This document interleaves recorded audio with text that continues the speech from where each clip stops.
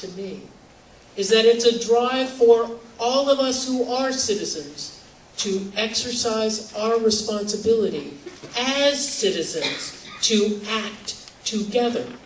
Our democracy only works if we, the people, use our voice. Now notice our Constitution doesn't say we, the citizens. It doesn't say we, the ones who got here first. It doesn't say we, the ones who own the corporations. Or we, the ones who are really special.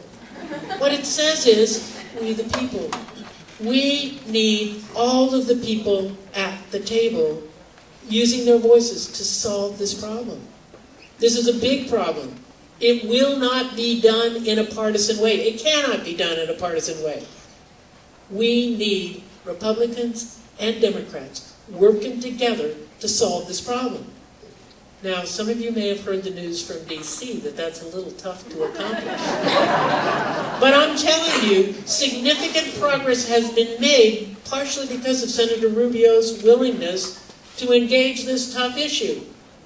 So we have got to make sure that they have what I call a healthy tsunami of support, so that they hear from us using our voices to push for immigration reform. It's the only way it's going to happen. There are so many forces that want to stop it for a variety of selfish reasons. But we the people know better. We the people around the country know better. So, we've got a few jobs for you to do. And then we're going to open it up for questions. But yeah, this is the homework part of it. Now, does everybody have cards? Okay, gorgeous cards, aren't they wonderful? Okay, now open them up. And inside... Oh, you didn't get any. Lo siento mucho. Necesitamos algunos a frente. Están en inglés, lo siento, pero ustedes van a entender. Okay, so... Alright, so the first step, that we have 3 actions. Well, 3.5. 3 actions. The first is to fill out this card with your identifying information so we can sort it properly for your right districts and right states. And now, this makes sisters very nervous. We couldn't afford to have them perforated. It's a low-budget operation, even though we have a glory. We spent the money on the bus. So what you have to do is kind of just fold it a few times and tear it in half. Okay, got it? And what we want you to do is to write a little note at the bottom.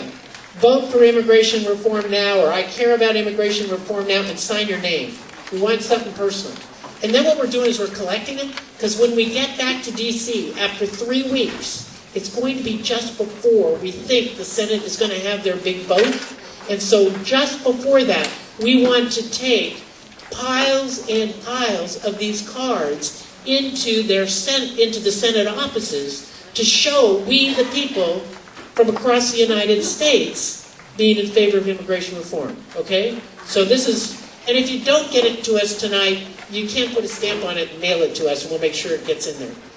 Okay, the second piece of this are your talking points up here.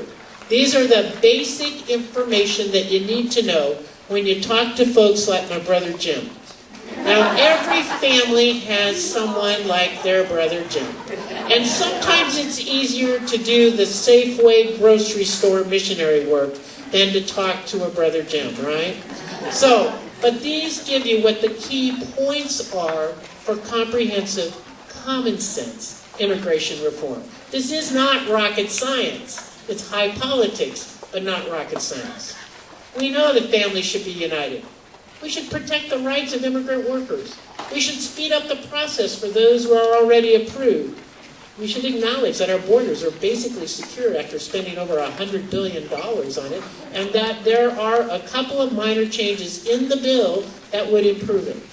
And we need to enhance the diversity visa program, which is a whole other thing, and provide a clear, direct path to citizenship. Those are the basic principles. They are all in the current bill. I'd tweak it, I'd argue with it. We do not have the luxury of being picky. To get this political win, we've got to make it happen. Okay? So, I can't even believe I can say this. Thursday, I had a meeting with President Obama in the Oval Office. about 10, 12 minutes with the president alone in the Oval Office. I was stunning, and he wanted to meet with me to say, as you go around the country, let people know, whether they agree with me or not, that we have got to do this from a bipartisan approach. We have got to make this happen. And his urgency that he would make room in this, I mean, he's got international stuff to worry about, and that he would make room in his calendar to fit me in was pretty amazing to me. But it also showed the level of commitment that he has for this piece. I was able to show him a picture of the bus and some of the stories that we had already heard. A group of 7th graders who are community organizing in Camden. So I thought as a community organizer he'd appreciate that. But what we have to know is that not only do we have to speak up and do missionary work either in the grocery store line or with our brothers speaking of these issues, we also have an opportunity to raise your voice with your senators.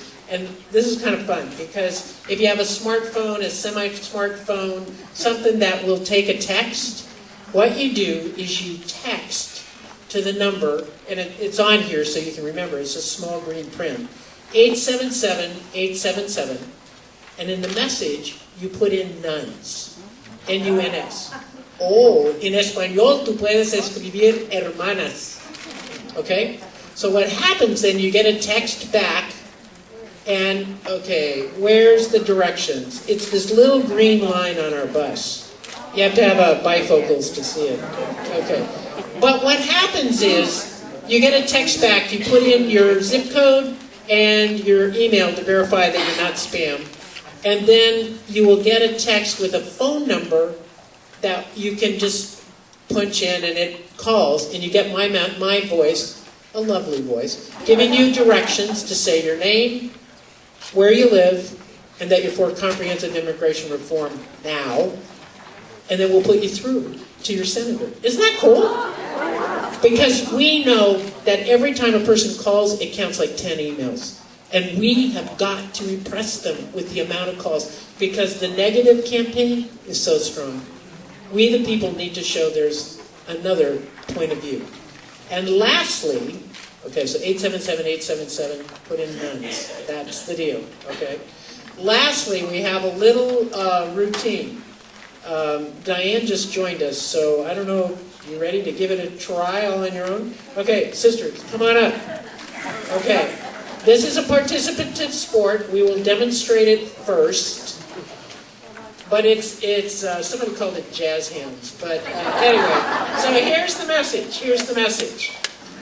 Ready? 1, 2, 3. Raise your hands, raise your voice, comprehensive immigration reform now! That might look like a poor variation of the Rockettes, but it's for all of us. Oh, we are all going to do it, all right? It's participative sport. Consider it like a Holy Spirit dance. What's the worst, is it? All right, okay, so we have a lot of cameras, I see. So why don't we do it steady so everybody can do it, because there's something, all right. Or it's calisthenics. It's our evening calisthenics. Now, let's see how we can do it. Ready? 1, 2, 3. Raise your hands, raise your voice, for comprehensive immigration reform now!